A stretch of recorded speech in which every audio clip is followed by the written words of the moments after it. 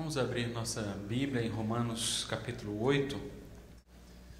Vamos orar antes de ler a Bíblia, ler a palavra de Deus. Senhor, nós queremos contar com Teu Espírito Santo.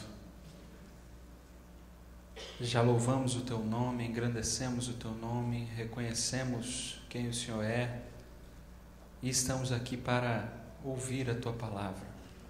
Ouvir o que o Senhor tem a nos dizer, que essa palavra de alguma forma encontre um terreno fértil, que haja fruto, que o nosso coração esteja preparado para a Tua palavra, Senhor, que o Teu Espírito Santo venha e encontre morada dentro de nós, ilumina a nossa mente, o nosso coração, para que a gente entenda esse texto que está aqui diante de nós. Nós te agradecemos pela Tua palavra, porque ela foi preservada durante tantos anos, tanto tempo, e hoje nós temos ela aqui com tanta facilidade nas nossas mãos.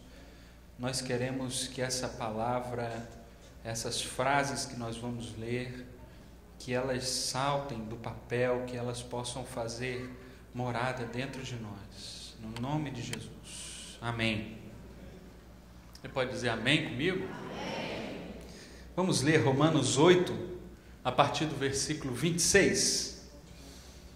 Diz assim: também o Espírito, semelhantemente, nos assiste em nossa fraqueza, porque não sabemos orar como convém. Mas o mesmo Espírito intercede por nós sobremaneira, com gemidos inexprimíveis. E aquele que sonda os corações sabe qual é a mente do Espírito, porque segundo a vontade de Deus é que Ele intercede pelos santos.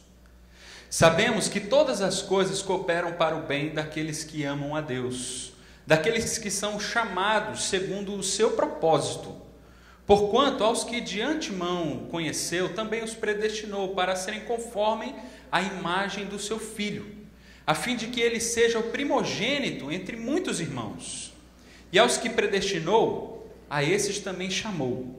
E aos que chamou, a esses também justificou. E aos que justificou, a esses também glorificou. A nível de ilustração, para a gente introduzir o assunto, existe uma história de um pai e uma filha.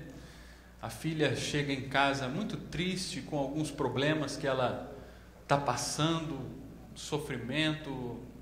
Não se sabe direito qual é o motivo do sofrimento, mas ela estava muito angustiada, muito triste, até talvez duvidando de Deus, da bondade de Deus ou do poder de Deus.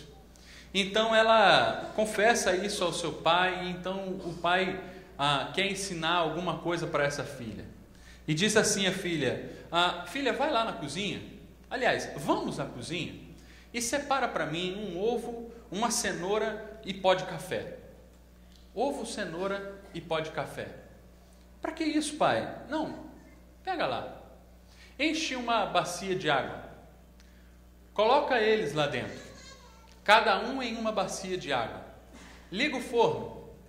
Deixa eles lá. Vamos ver o que vai acontecer. Depois de 20 minutos ali de muita curiosidade, então eles retornam ali as panelas e o pai então pergunta à filha: filha, o que aconteceu com a cenoura? A cenoura antes era firme, né? Dura, agora não, ela amoleceu, ficou macia. E o ovo, o que aconteceu? O ovo é o contrário, o ovo era super frágil. E agora não, agora o ovo está firme.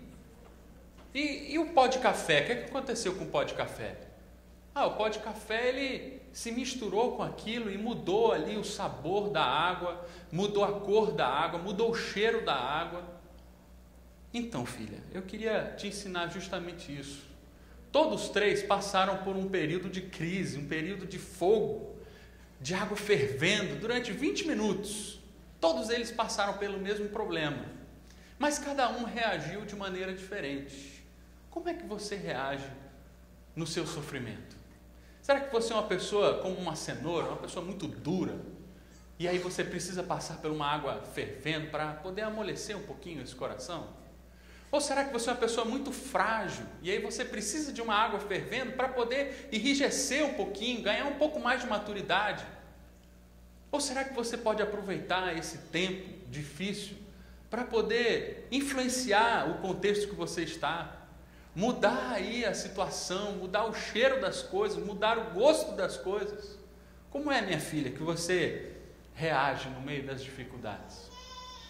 E eu acredito que aquela filha saiu dali pelo menos pensativa. Como é que ela poderia encarar esse problema?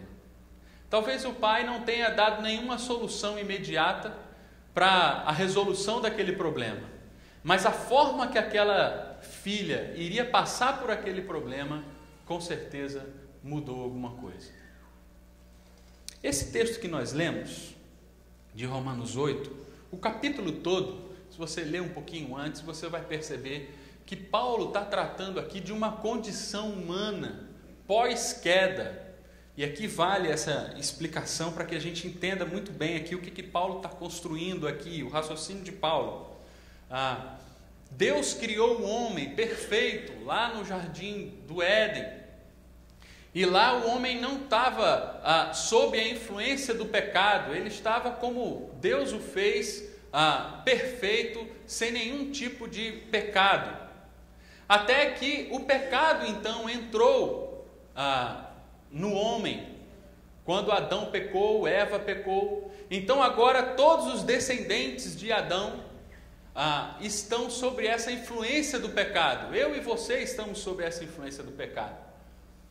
Graças a Deus por Jesus Cristo, que nos livrou dessa amarra, dessa prisão do pecado. Mas agora nós estamos numa nova era, sim, de um novo tempo inaugurado, um tempo do reino de Deus, mas ainda estamos sob a influência de um mundo caído. Estamos entre essas duas coisas. Ainda somos parte de uma natureza caída, mas já somos salvos pelo poder da cruz de Cristo. E Paulo vem construindo isso, como é que é viver entre essas duas dinâmicas. E ele diz que essa dinâmica influencia inclusive a natureza, e a natureza geme aguardando a revelação dos filhos de Deus. É o que Paulo vem construindo aqui. Esse sofrimento, essa influência do pecado não é somente do ser humano, mas todo o cosmos, tudo que existe está influenciado, infectado por esse vírus do pecado. E ele então traça essa realidade, e então ele vai dizer que nós temos algo que nos ajuda em nossa fraqueza. E esse algo que nos ajuda é o Espírito Santo de Deus. Deus não somente morreu por nossos pecados, nos possibilitando uma nova vida, mas Ele colocou dentro de nós um poder para vencer esses sofrimentos, para passar por esses sofrimentos. Ele nos deu o poder de passar por 20 minutos de água fervendo. E agora nós podemos passar por esses 20 minutos de água fervendo, na certeza de que nós vamos sair melhor depois dele. Isso é a maneira cristã de enxergar as coisas. Isso é o que muitos chamam de cosmovisão cristã. Como é que nós enxergamos a coisa? O mundo que nos cerca. Há pelo menos outras, e eu quero citar aqui apenas duas outras cosmovisões, mas existem muitas outras. Há aqueles que acreditam que o mundo foi feito, não existe Deus e o mundo não foi feito por Ele, é tudo fruto de um acaso. São os ateus, aqueles que não acreditam em nada além do que podem ver. Então, o mundo existe por acaso. Há outra cosmovisão que diz que até assume que existe um Deus, que existe algo, uma inteligência superior que criou todas as coisas. Mas esse algo superior nada tem a ver com o nosso dia a dia. É apenas um ser que criou o planeta Terra, colocou ali o homem e chutou essa bola, essa grande bola no espaço, e agora ela fica à deriva, né? Flutuando pelo espaço, e agora a história está na mão do homem, e o que o homem fizer, isso ele vai colher. Deus não tem nada a ver com isso. E a terceira é essa que eu acabei de explicar. Que Deus criou sim, e que tudo de mal que acontece não é porque Deus não tem o controle da situação, mas é porque vivemos numa dinâmica de influência do pecado, mas já salvos. E tudo que acontece dentro dessa dinâmica da história é chamado de providência de Deus. Isso é que na teologia é chamado de providência de Deus. É a ação de Deus na história. É como Deus vai costurando a minha história e a sua história, de modo que lá na frente nós vamos sair melhor do que nós estamos hoje. E vai construindo em nós algo novo e especial. É isso que nós chamamos de providência de Deus.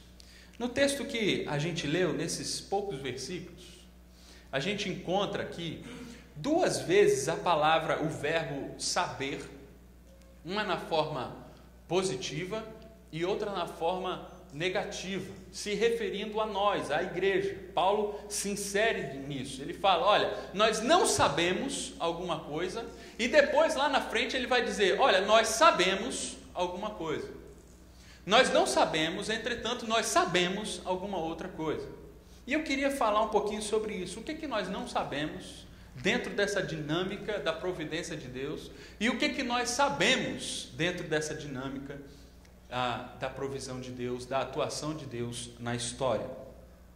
Primeiro no versículo 26, como é que começa esse texto aí? Diz o seguinte, versículo 26, nós não sabemos o quê? Orar, o quê? Como convém. É que nós não sabemos orar, nós não sabemos orar como convém. Eu fico pensando aqui, o que significa isso? Nós não sabemos orar como convém. Eu fico pensando assim, olha, será que eu posso dizer isso? Nós estamos aqui às vésperas da comemoração dos 15 anos das mães de oração. Será que eu poderia dizer, será que essas mães que oram incessantemente por seus filhos não sabem orar como convém? E pior, eu posso ficar pensando assim, quem está escrevendo isso aqui é o apóstolo Paulo. Ora, o apóstolo Paulo, aquele que teve visões incríveis, aquele que escreveu Romanos, um dos tratados teológicos mais fantásticos que já se viu na história, um homem que teve uma visão do Cristo ressurreto, o maior missionário que já existiu. Como é que ele pode dizer de si mesmo, olha, nós não sabemos orar como convém? Como é que pode isso? Eu fico pensando, então o que é saber orar como convém? Eu posso ir por eliminação. Primeiro, não saber orar como convém não é o que muitos podem pensar, ter vergonha de orar em público, por exemplo. Fulano, você pode orar numa reunião de oração? Aí a pessoa, não, eu tenho uma certa vergonha, eu não sei orar. Não é isso que o texto está falando, vergonha de orar em público, porque Paulo que está falando isso. Quantas vezes Paulo explanou publicamente a palavra de Deus, fez orações públicas, e ele se assume alguém que não sabe orar. Também não é saber falar bem o português, eu sou uma pessoa muito humilde, simples, não tenho instrução, não sei falar, então não sei orar. Também não é isso, porque Paulo era um cara muito culto, uma pessoa culta, sabe escrever e falar muito bem. Também não é falta de conhecimento teológico, não vou orar porque eu não sei falar aquelas palavras bonitas de oração, eu não conheço muito a Bíblia, não sei das verdades teológicas, eu não sou um teólogo, então não posso orar, eu não sei orar como convém. Também eu acho que não é isso, porque Paulo foi um grande teólogo, e ele está falando aqui, olha, eu não sei orar como convém. Também não é falta de santidade. Eu não posso orar porque eu não sou uma pessoa santa. Não, também acredito que não seja isso. O que é não saber orar como convém? Eu acredito que essa questão da oração é como, a gente pode fazer aquela comparação que talvez para nós já seja um pouco mais clara. O fato de deixar de pecar. É uma coisa que nós não podemos deixar de fazer até que Cristo volte. Nós somos pecadores, faz parte da nossa natureza nós somos pecadores, nós nunca vamos deixar de pecar até que Cristo volte, até que então o reino de Deus se instale definitivamente. Nós somos pecadores. Não há ninguém que possa dizer aqui, eu nunca pequei, ou eu não vou pecar nunca mais. Não há como. Da mesma forma, não há como alguém dizer aqui, eu sei orar como convém. Pode deixar comigo que esse negócio de oração eu sei fazer. Acredito que não, acredito que é a mesma coisa. Acredito que essas duas coisas são aquilo que a gente pode chamar de utopia da vida cristã. Aquilo que a gente vai buscar incessantemente, fervorosamente, durante toda a nossa vida, mas nunca vamos atingir perfeitamente. Acredito sim que, assim como alguns pecam mais e outros pecam menos, acredito que uns sabem orar um pouco mais como convém, e outros pouco menos como convém. Mas ninguém pode dizer, eu aprendi a orar e eu sei orar 100% como convém. Por que nós podemos dizer isso? Acredito que esse primeiro ponto aqui, o que nós não sabemos fazer, que é não sabemos orar como convém, isso se deve pelo fato de que nós não sabemos a vontade de Deus. O próprio texto diz isso. Lá na frente, no versículo seguinte, ele vai dizer, ainda no versículo 26, ele diz que o Espírito é que intercede por nós, em nossa fraqueza, porque nós não sabemos orar como convém. Então ele intercede por nós. E como é que ele intercede? Lá no 27 ele vai dizer como é que ele intercede. Porque segundo a vontade de Deus é que ele intercede pelos santos. Ora, então a lógica me faz entender que nós não sabemos orar porque nós não conhecemos a vontade de Deus.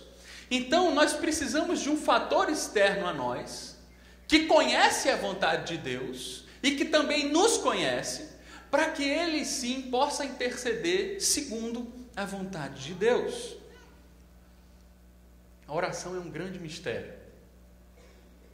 Se você parar para pensar um pouquinho, talvez com essa dinâmica de oração que nós temos diariamente, nós perdemos um pouco essa sublimidade do que é a oração. Talvez um novo convertido, alguém que nunca tenha orado, tenha um pouco mais esse espanto, esse sublime, essa catarse, quando se depara com a realidade do que é a oração. Nós, seres fracos, caídos, que vivemos num mundo pecador, que temos lábios impuros, que vivemos no meio de um povo de lábios impuros, nós que somos falhos, nós que somos pecadores, nós temos livre acesso ao Deus Criador de todas as coisas, o meu Criador, aquele que me fez, aquele que constrói a minha história, aquele que atua na minha história, desde antes de eu nascer, na vida da minha mãe, dos meus pais, dos meus avós, que constrói tudo que existe, que governa segundo a sua vontade tudo que existe. Eu posso falar com esse Deus diretamente. Há uma coisa mais misteriosa do que essa? Fechar o seu quarto na certeza de que você está diante do trono da graça desse Deus. Há algo mais sublime do que isso. Ao mesmo tempo, há algo mais estranho do que isso. Falar sem ver, na certeza de que Deus está nos ouvindo. Não há algo melhor ou mais sublime do que isso. Mas nós precisamos de um fator externo a nós. Porque sem esse fator externo, nós não conseguimos viver esse mistério. Há algo que atua em nós. E lá no versículo você pode perceber isso. Olha só. O Espírito é aquele que sonda os nossos corações. Ou seja, ele atua em mim. Ele me conhece, sonda o que há em mim, mas ao mesmo tempo ele conhece qual é a mente do Espírito, qual é a mente de Deus. Ele conhece qual é a vontade desse Deus. Há algo dentro de mim que faz essa ligação entre o que está no meu coração, aquilo que está me incomodando e aquilo que é a vontade de Deus. Há algo em mim que faz essa transição. E isso é sensacional. Isso é sublime. Esse é o Espírito Santo de Deus. É como um sacerdote que faz a ligação entre o povo e Deus. O Espírito Santo tem essa função também, sacerdotal. Me liga a Deus. E ele faz isso, veja só o que o texto diz, com gemidos inexprimíveis. Há alguns que interpretam esses gemidos inexprimíveis como algo que nós fazemos. Nós oramos com gemidos inexprimíveis. Mas o texto fala aqui que é o Espírito que intercede por nós com gemidos inexprimíveis. Eu gosto dessa interpretação. E para mim faz um pouco mais de sentido. Porque esses gemidos inexprimíveis aqui, eles são inexprimíveis, obviamente, não é nenhuma redundância, porque não podem ser expressos. Não podem ser entendidos por mim e por você. Por quê? Porque nós não conhecemos a vontade de Deus. Na verdade, esses gemidos inexprimíveis aqui é a conversa entre a Trindade. Quando nós fechamos a porta do nosso quarto, quando nós vamos orar, o Espírito que mora em mim, a terceira pessoa da Trindade, começa então a comigo conversar com Deus, através dos gemidos que nós não podemos entender, porque é uma conversa entre a própria Trindade, o Espírito que mora em mim, dialogando com o seu Pai, que está nos céus. É como uma carta que nós podemos mandar. A nossa oração é essa carta. Então nós escrevemos aquilo que nós queremos. Deus, eu preciso disso, eu preciso daquilo, eu te adoro por isso, eu te adoro por aquilo. E nós vamos escrevendo a nossa oração. E então nós colocamos no envelope. E no momento que nós colocamos ali no envelope, o Espírito Santo que mora em nós também coloca um outro envelope, que é o envelope dos gemidos inexprimíveis. E esse envelope chega lá no trono da graça de Deus. E quando Deus pega o envelope, Ele tira de lá a nossa oração, e Ele lê a nossa oração, e Ele fala, mas isso não está de acordo com a minha vontade. E então Ele vê que tem um outro papel, e Ele pega esse outro papel, e esse papel aqui é assinado pelo Espírito Santo de Deus, e o Espírito Santo de Deus diz assim, Deus Pai, o coração dele, na verdade, isso que ele escreveu é apenas a ponta do iceberg. Há algo mais profundo no coração que ele não consegue nem colocar em palavras. Eu sondei o coração dele. Na verdade, Deus Pai, o que ele precisa é disso e daquilo. E isso e aquilo está de acordo com a tua vontade. Então, Senhor, aceita a oração. E é pelo poder desse Espírito, em nome do Filho, que essa oração então chega a Deus Pai. Que maravilhoso isso! Que maravilhoso contar com isso que mora dentro de nós, o Espírito Santo de Deus, que intercede por mim e por você, que interpreta as nossas palavras e que chega diante de Deus de acordo com a vontade dEle. Isso não deve de maneira nenhuma nos estimular a parar de orar, de maneira nenhuma, ou orar menos. Pelo contrário, devemos orar mais na certeza de que aquilo que nós estamos falando está sendo guiado pelo próprio Espírito Santo de Deus, está sendo escoltado pelo poder do Espírito Santo de Deus até o trono da graça. A maior dificuldade que nós temos na oração talvez seja a falta de entendimento da doutrina da providência, de que Deus atua soberanamente na história, nos guiando de acordo com a sua perfeita e agradável vontade. Nós não temos o controle total da situação, nós não sabemos o que é melhor para nós, não sabemos orar como convém. Há algo dentro de nós que sabe, o Espírito Santo de Deus, Ele sim sabe orar como convém. E é Ele quem nos ajuda. Mas há uma outra coisa, e essa outra coisa nós sabemos. Qual é a outra coisa que nós sabemos? Versículo 28, o que diz? Sabemos, você pode ler comigo? Sabemos que todas as coisas cooperam para o bem daqueles que amam a Deus. Isso nós sabemos. Nós sabemos, então, que todas as coisas que acontecem cooperam para o bem daqueles que amam a Deus. Essa palavra, essa expressão, todas as coisas, inclui muito bem aí o versículo 18, por exemplo. O que diz? Porque para mim tenho por certo que os sofrimentos do tempo presente não podem ser comparados com a glória do porvir. Sofrimentos do tempo presente, todas as coisas, inclusive os sofrimentos. Versículo 23 diz assim: também nós, que temos as primícias do Espírito, igualmente gememos em nosso íntimo, assim como a criação também geme, dores aqui de sofrimento, de dor, gemidos de dor, nós também, não só a criação, mas nós também,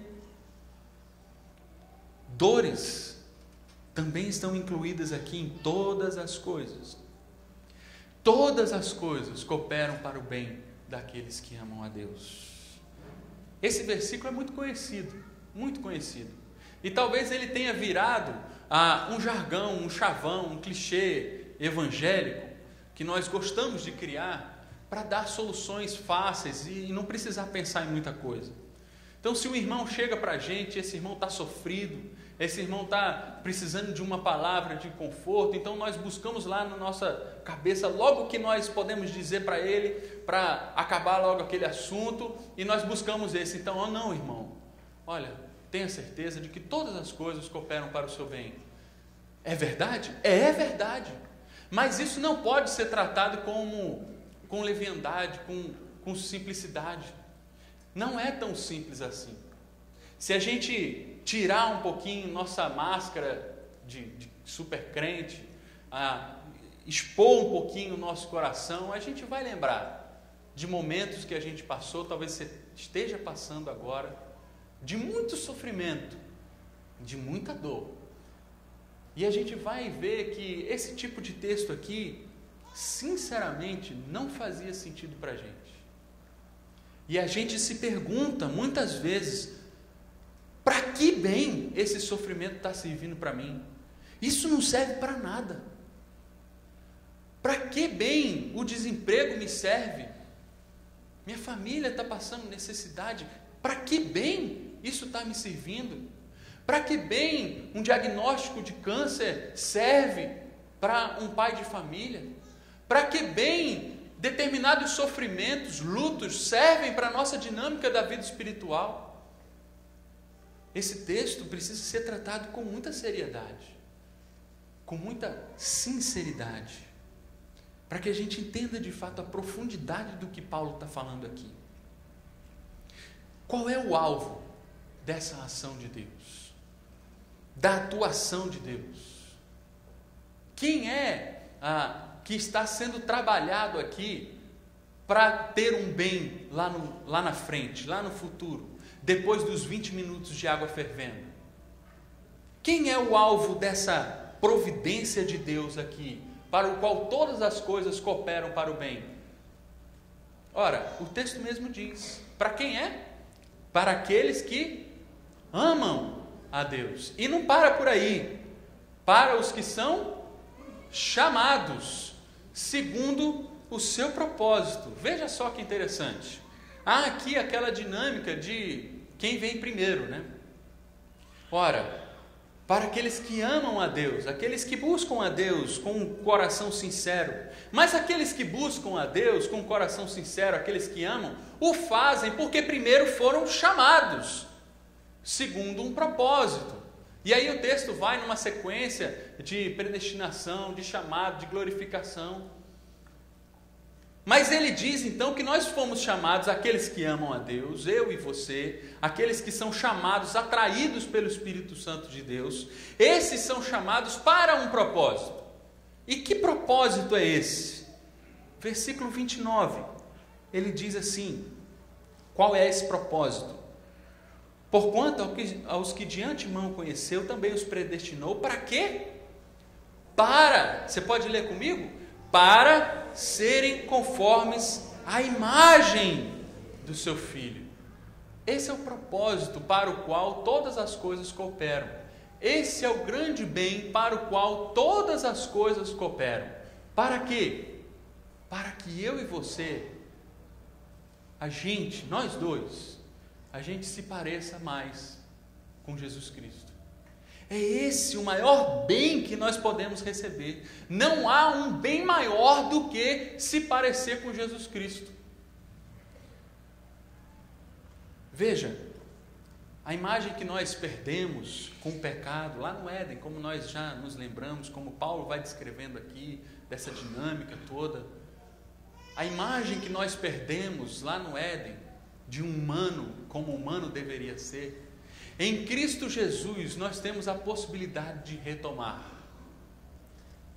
Cristo é um novo Adão.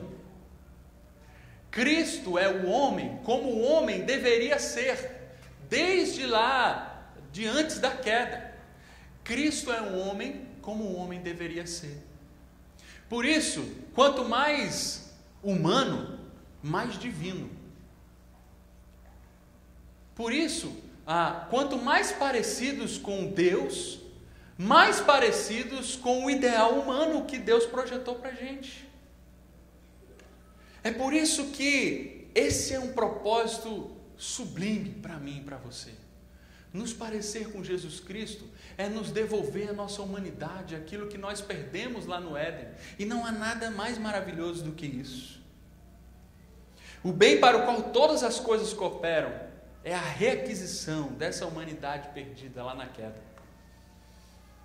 Cooperar, então, para o bem não é sinônimo de falta de problemas, não é sinônimo de resolução de conflitos, não é sinônimo de sucesso, de prosperidade. Pode incluir? Pode. Mas o bem para o qual Deus está construindo a mim, a você, a sua história, pela sua providência, pela sua atuação na história, é que eu e você nos parecemos mais com Jesus Cristo. Esse é o maior bem. Se para isso alguns conflitos precisam ser encerrados, Ele irá fazer. Se para isso alguns conflitos precisam permanecer, Ele irá fazer. Se alguns problemas podem ser dissolvidos porque nós já aprendemos como viver como Cristo, Ele irá dissolver. Se não, permanecerá mais um pouco. O maior bem de todos é que a gente se pareça com Jesus Cristo. Deus transforma todo o mal em bem. É por isso que todas as coisas cooperam para o bem daqueles que amam a Deus. Porque Deus é especialista em transformar as coisas ruins em coisas boas. Eu quero dar, para a gente encerrar, 2 exemplos da Bíblia. Como é que a gente pode, então, equalizar essa dinâmica do mal e do bem? Como é que o mal pode trazer algum bem para a gente? Como é que o sofrimento pode contribuir para os propósitos divinos de nos fazer a imagem de Cristo? O primeiro exemplo é a vida de José. Eu acho que ao lado de Jó, José é um daqueles personagens que você fica assim, caramba, esse aí sofreu. Esse sofreu. Esse passou por dificuldade. José foi vendido pelos irmãos. Os irmãos mentiram, tinha inveja dele, ele foi como escravo, mesmo assim fazia tudo de acordo com os seus princípios, não abriu mão dos seus valores, lá servindo num povo estranho a ele, no Egito, aquela mulher deu em cima dele, e ele fugiu, ela mentiu, ele foi parar na cadeia, e só foi afundando, e não abriu mão dos seus princípios, até que Deus se lembrou de José lá na cadeia, colocou ele como o segundo homem do Egito, e ele começou a governar aquele povo, foi um instrumento de Deus para a perpetuação da vida naquele local. E aí chega lá no final do livro de Gênesis, ele então tem um encontro com seus irmãos. E os seus irmãos pensam assim: agora acabou, José está poderoso, ele está morrendo de raiva da gente, aquele último capítulo da novela, né?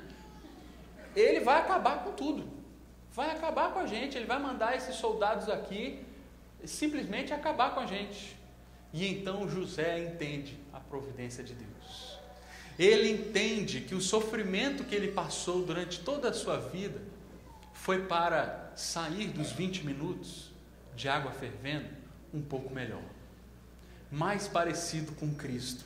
E ele diz assim: vós na verdade, lá no Gênesis 50, 20, vós na verdade intentais o mal contra mim, porém Deus tornou em bem, para fazer como vedes agora, que conserve muita gente em vida. Veja que visão profunda que José tem de sua história, de como Deus atua na sua história.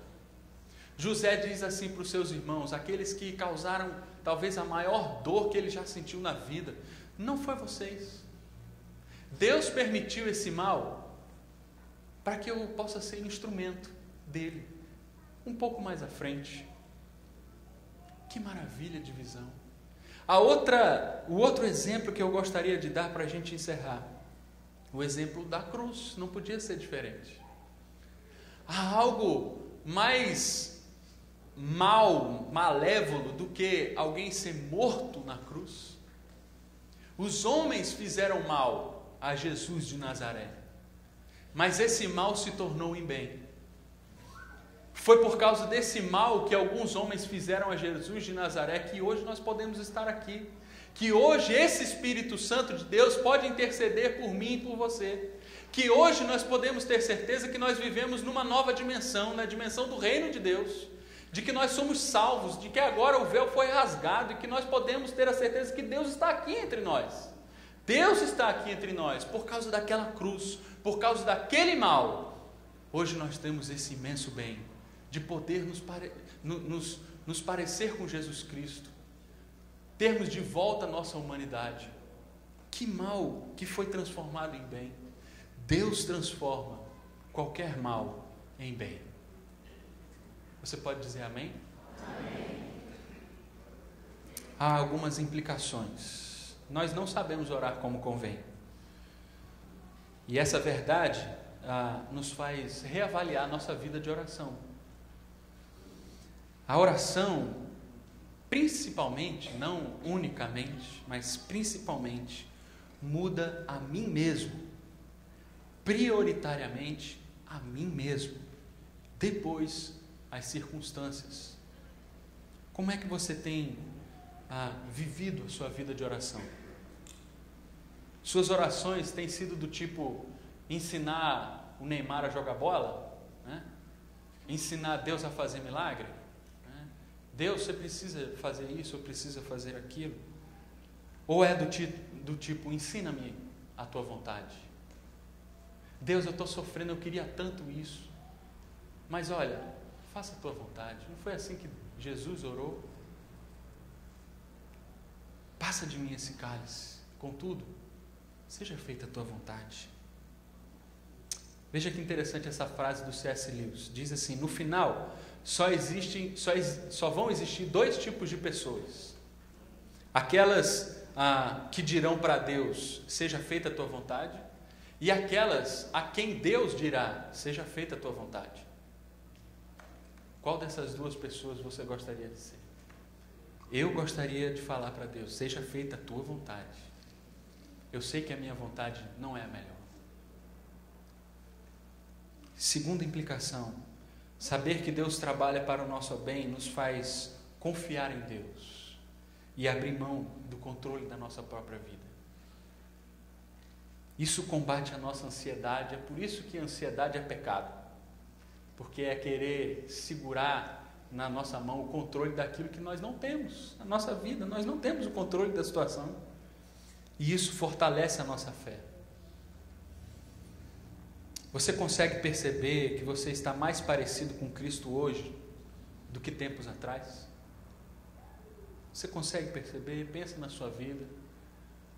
Uma época boa para pensar nisso é no aniversário. Lembrar o aniversário do ano passado, como é que eu estava? Que tipo de problema eu enfrentava? Que tipo de dificuldade eu precisava tratar na minha vida? Que tipo de valores era difícil para mim manter? Como é que eu estou hoje, um ano depois? Você está mais parecido com Cristo? Você percebe que as dificuldades que você enfrentou durante sua vida, ou que você está enfrentando agora, é um treinamento de Deus para que você se pareça mais com Cristo, para que você saia vitorioso lá na frente. Se você é como uma cenoura, você agora está um pouco mais mole. Se você era frágil como um ovo, agora você está mais firme. Você consegue salgar ou servir como um café que dá gosto no meio do sofrimento, que emana aquele cheiro agradável, que atrai as pessoas, que muda o gosto das coisas. Como é que você tem vivido a sua vida? Nós não podemos jamais duvidar nem da bondade, nem do poder de Deus. Você nunca pode colocar diante de Deus a seguinte situação: ou Deus é muito bom, mas então Ele não pode fazer isso, porque está me deixando sofrer, então Ele não é poderoso o suficiente. Ele até quer, Ele é bondoso, mas Ele não pode. E nem o contrário. Deus, Ele poderia me tirar, mas Ele não quer, então Ele não é bondoso. Nunca duvide nem do poder, nem da bondade de Deus. Todas as coisas cooperam para o bem daqueles que amam a Deus. Todas as coisas cooperam para que eu e você, a gente se pareça mais com Jesus Cristo. Nós não sabemos orar, mas nós sabemos que há algo dentro de nós, que atua em nós e que faz que todas as coisas cooperem para o nosso bem. Amém? Que Deus nos abençoe.